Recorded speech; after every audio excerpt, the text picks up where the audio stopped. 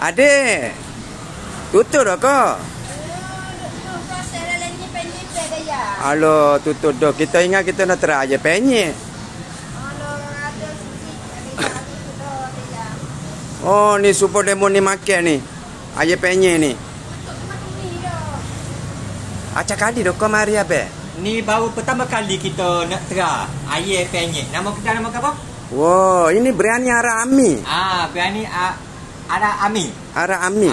Okey. Kita pertama kali kita try air penyek dia. Macam mana perginya air penyeknya? Tu dia. Sedap atau pergi ke lazat teh? Betul dah tu. Mana kita ni orang panggil seikhlas hati kita nak makan ni. Kalau kita kata sedap, sedap. Kalau kita tak kata sedap, kita akan royak ke? Mana kita kena perbaiki lah. Halo, betul. Ya, betul kan? Kita lama dah nak terang ni, tapi tak jadi semua dah terang nasi biryani lah.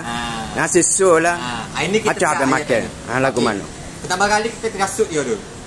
Kita pucar-pucar dulu. Kita pucar biasa pati dulu. Bismillahirrahmanirrahim. Okey, kita terasuk dia. Halo, setanya. Sup dia memang orang kata yo manis tu ngai sebati ngai daun sup ke dah. Daun sup lah tu. Daun sup ketumbang semua memang sebati. Okey. Ni sambal dia memang puas hati tu.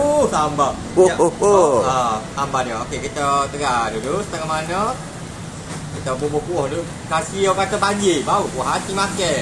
Baru betul tu. Kalau kau India makan ke apa, kita terhenti juga tu. Kita duduk sini lama dah. Ya. Okey. Nampak air. Panas dia goreng panas-panas dah tu. Goreng panas-panas. Okey, kita cerita buah sambal, buah timun, buah salad apa semua. Ni yang panggil kita? Tempe. Tempe kan tak? Tempe. Okey. Nampak? Buah sambal lebih sikit. Makan bismillahirrahmanirrahim. Baca bismillah banyak kali tak apa. Tanda kesyukur kita dapat rezeki hari ni. Betul Abang. Lagu mana Abang? Kalau sedap kita nak makan retek.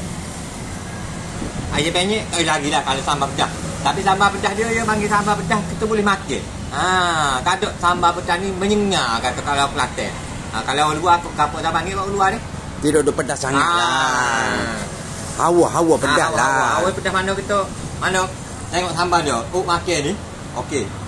Tengok kuat amu tu. Sedangnya nak buat apa makan.